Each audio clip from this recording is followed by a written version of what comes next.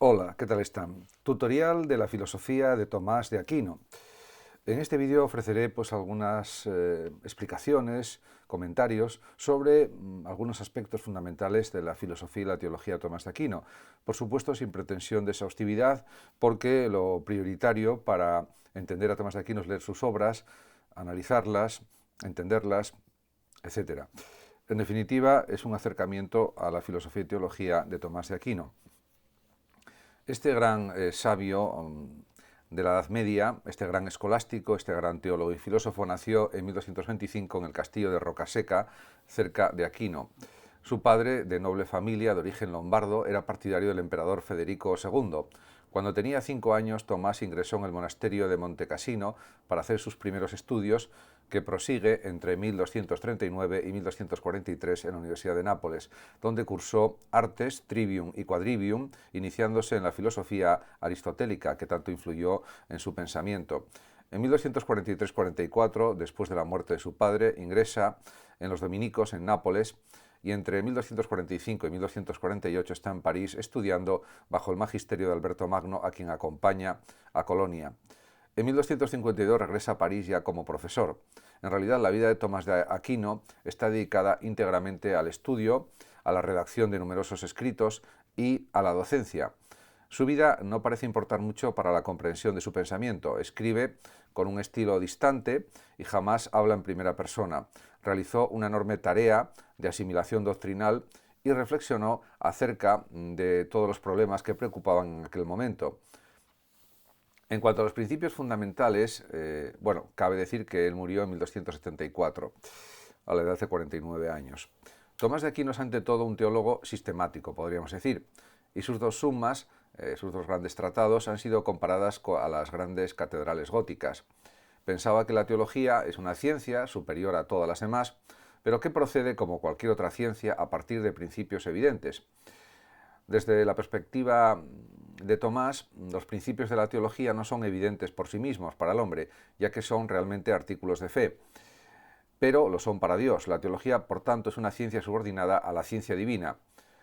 Podemos decir también que la teología utiliza principios filosóficos y la autoridad de los filósofos como argumentos extraños y probables, ya que para Tomás solo los argumentos tomados de la Biblia son argumentos decisivos y propios, de tal manera que la razón natural se puede poner al servicio de la fe. En la Suma Teológica lo dice. Por esta razón, Tomás de Aquino adquiere enorme interés como filósofo. La postura de Tomás de Aquino en relación con la cuestión de razón y fe es que él establece que hay una neta distinción entre razón y fe. La sola razón natural solo puede conocer de abajo arriba, a partir de los datos de los sentidos. En cambio, podemos decir que a partir de la revelación divina, pues se puede llegar también al conocimiento, al saber. En este sentido, la fe conoce, podemos decir, de arriba a abajo. Hay otro aspecto también en relación con esto, que es la no contradicción. Las verdades racionales y las verdades de fe no pueden estar en contradicción.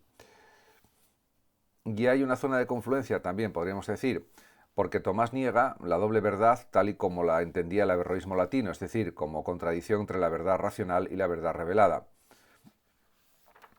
Además, también en cuanto a los principios aristotélicos que realmente fue, diríamos, desarrollando el propio Tomás de Aquino, pues ya en un breve opúsculo de su primera época, titulado Sobre los principios de la naturaleza, del año 1255, Tomás de Aquino adopta los principales principios del aristotelismo, que serían la teoría de la sustancia primera y segunda, y los accidentes, también la teoría de la materia y la forma, o sea, el hilemorfismo, la teoría de la potencia y el acto y el movimiento, la teoría de las cuatro causas y la teoría de la analogía.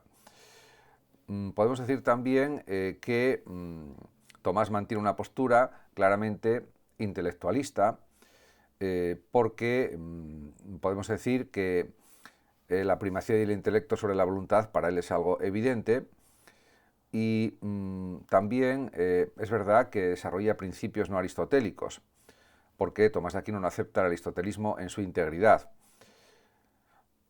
Por ejemplo, no podría aceptar la eternidad del mundo, ya que la creación del mundo es el artículo de fe del cristianismo, ni tampoco Tomás de Aquino adopta un aristotelismo puro, podríamos decir.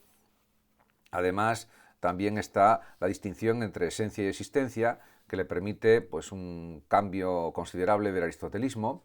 Es una distinción que también se encuentra en Alejandro de Ales y Buenaventura y procede de los árabes, fundamentalmente de Alfarabi y Avicena, y judíos como Maimónides. Y además, Tomás de Aquino es un, diríamos, pensador que también lo considera esta distinción esencia y existencia como un principio fundamental de su filosofía y de su teología. Realmente esto se puede observar en el opúsculo sobre el ser o el ente y la esencia de 1256.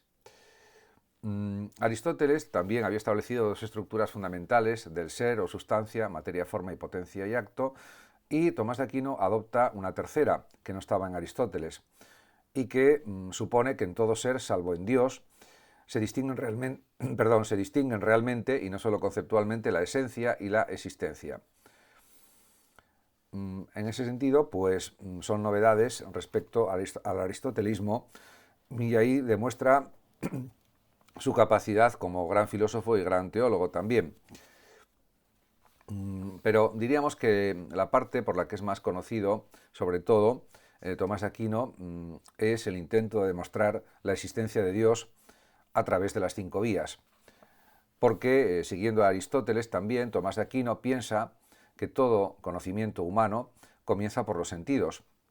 Por ello, la demostración de la existencia de Dios solo puede hacerse a partir de las criaturas, de abajo arriba. Además, considera que es necesario hacer esta demostración ya que la existencia de Dios no es una verdad de evidencia inmediata para el hombre, pero aunque no sea una evidencia inmediata, sí es una evidencia que se puede conseguir observando la realidad, observando el mundo, y podríamos decir que el intento de demostrar la existencia de Dios por parte de Tomás de Aquino parte no de forma priorística, sino de forma a posteriori.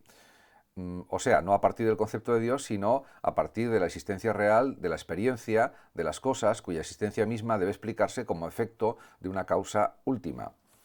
Así, de esta manera, formula 5 vías para demostrar la existencia de Dios, que tienen un esquema idéntico, que es el siguiente.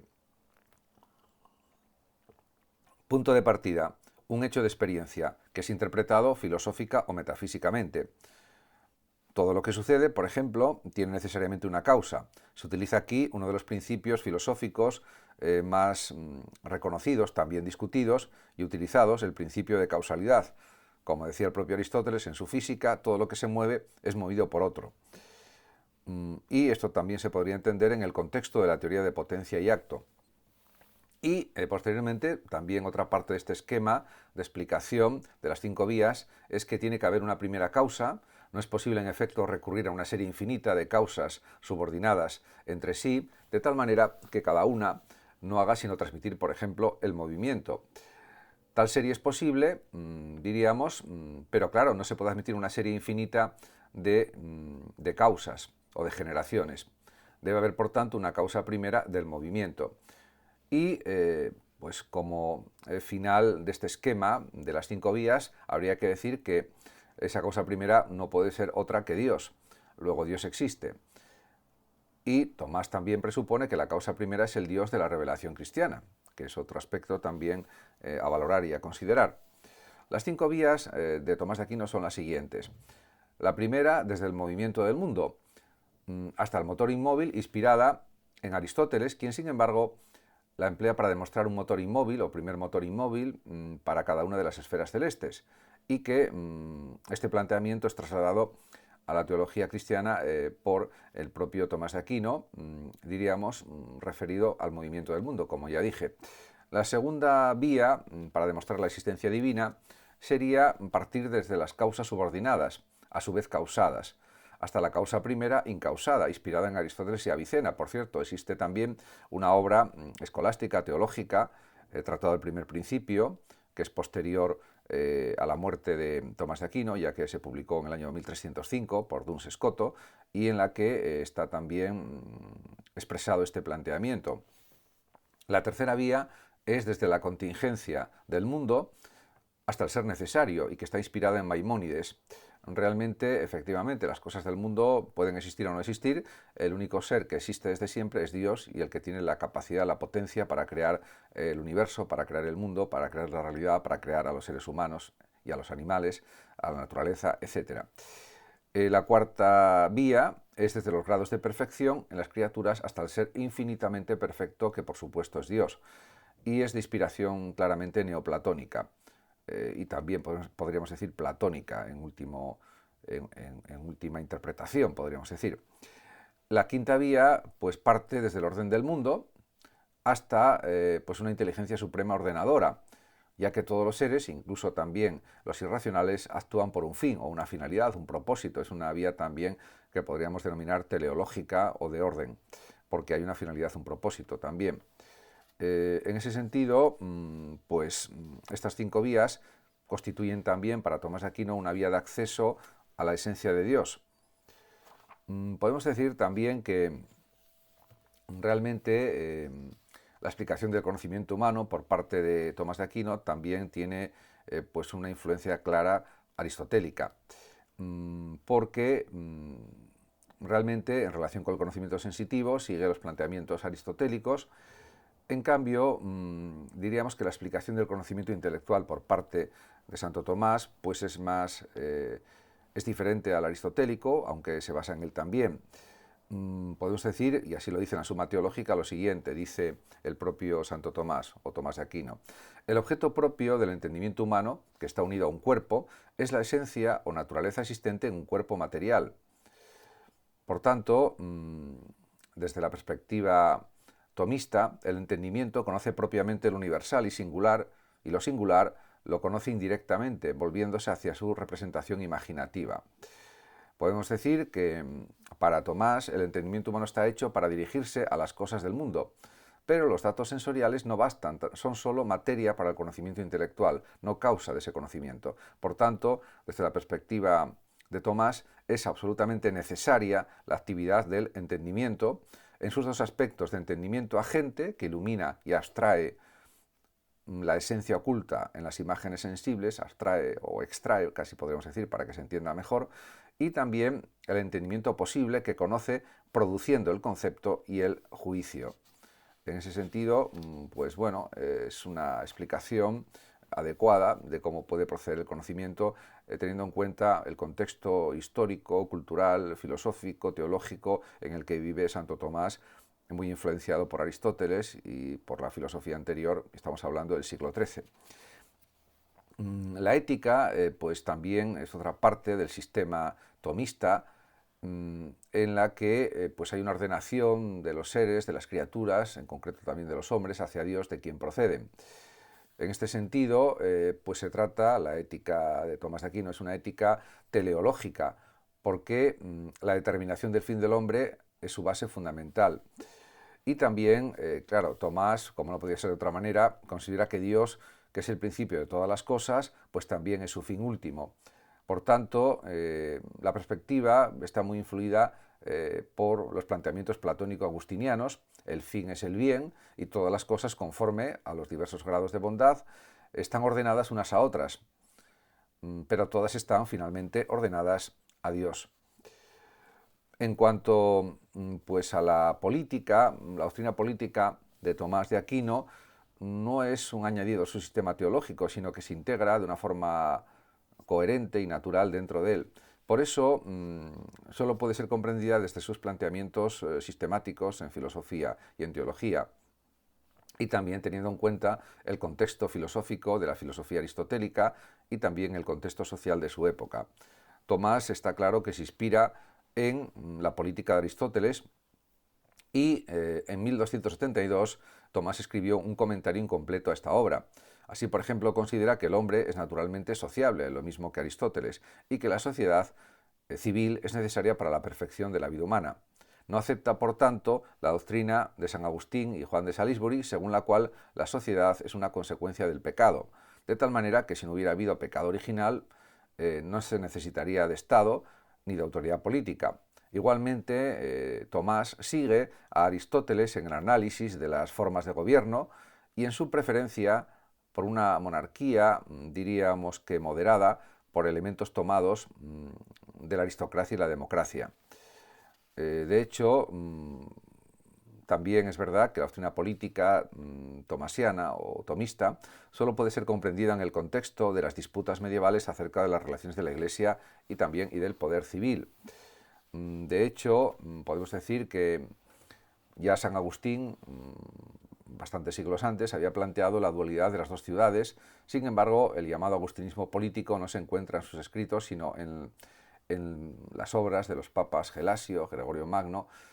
En cierto sentido, podríamos decir que para Tomás toda ley deriva de la ley natural, y en cualquier caso también hay que destacar que el propio Tomás de Aquino, en su última obra que escribió, que es De Regimen Principium, sobre la monarquía,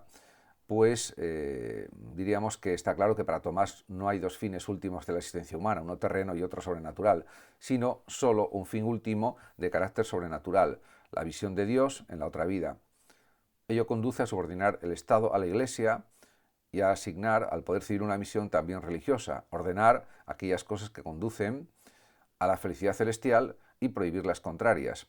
Por tanto, Tomás, en este aspecto, en su libro sobre la monarquía, es bastante realista y no ignora tampoco las dificultades de la época. Reconoce la independencia del Estado en lo que se refiere al bien común natural, pero esa independencia no es absoluta. El Estado no posee la plena autarquía que le reconocía Aristóteles. Como también señala un estudioso de la historia de la filosofía y filósofo como es Copleston, la opinión del Aquinatense en cuanto a la relación entre la Iglesia y el Estado es semejante a su opinión sobre la relación entre la fe y la razón. La razón posee su campo propio, pero no por ello deja la filosofía de ser inferior a la teología. Similarmente, el Estado tiene su esfera propia, pero no por ello deja de ser en plenitud de sentido un sirviente de la Iglesia. Tomás de Aquino, además, tiene una visión jerárquica de la realidad y también de la sociedad y huye del dualismo del tipo del averroísmo latino. Hay que esperar a otro filósofo y escritor como es Dante en su De Monarquía hacia 1312 para encontrar una clara y neta distinción entre la Iglesia y el Estado, basada en la distinción de dos fines del hombre, que son, y dice el propio Dante, el hombre es el único de los seres que participa de la corruptibilidad y de la incorruptibilidad, y el único que está ordenado a dos fines, uno como ser corruptible y otro como ser incorruptible. Por último, Tomás decir que afirma que toda ley deriva de la ley natural. Lo dice en la Suma Teológica. Del mismo modo, de la misma manera, que todo poder deriva de Dios. De este modo, y muy de acuerdo con la doctrina del estoicismo, el orden político se sitúa dentro del orden cósmico y se identifica de alguna manera con el orden moral. Muchas gracias a todos por su atención, saludos como siempre a los oyentes de Radio Sofando de México y hasta mi próximo vídeo. Hasta siempre.